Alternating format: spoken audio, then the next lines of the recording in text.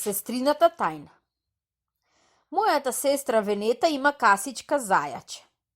Во касичката чува пари. И една тајна. И јас имам касичка, шатка.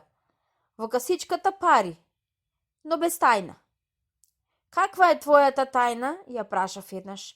Псст, сестра ми си го стави прстот на уста. Наскоро ќе дознаеш, ама сега не. Јас сакам сега, не може и готово. Поголемите секогаш се прават важни. Ете таква и нашата Венета. Ти си уште малечка за такви работи, ми вели. Секогаш кога во своето зајаче ќе пушти 1, 2 или 5 динари, таа вели.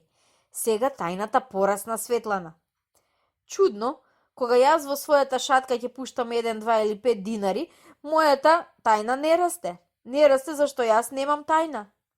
Една вечер слушано забележав, зајачето на сестра ми беше скршено. Се поикнав, се плашев мене да не ме обвини. Да не паднало од масата, ја прашав. Не. Да не пораснала тајната поголема од него па се скршила? Тука има вистина, рече сестра ми. А каде ја сега, можам ли да ја видам? Стрпи се до утре. Зошто токму до утре? Зашто утре е празникот на мајките. Чудно, иако утре е празникот на мајките, мојата шатка е здрава. Зошто јас немам тајна? Пред да заспијам, долго мислев на сестрината тајна. Што може да биде? Утредента станав порано. Венета беше веќе готова за училиште. Од шифонјерот извади убава вазна за цвеќиња и еден брош. Мамо, нека ти е честит празникот, рече и ги подаде подароците. Мама и заблагодари, ја прегрна и ја бакна.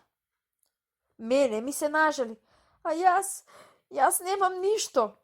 Заплакав и ја прегрнав мама. Магнувајќи ме, таа ми рече.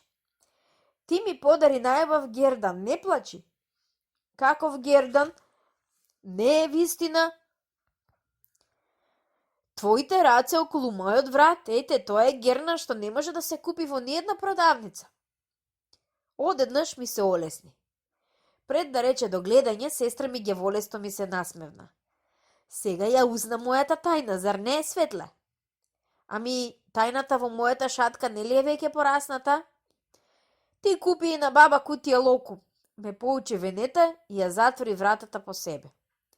Колку прекрасно се чувствував тој ден. Празникот на мајките беше и мој празник. И јас сум имала своја тајна, но не можев да ја откријам ни сама.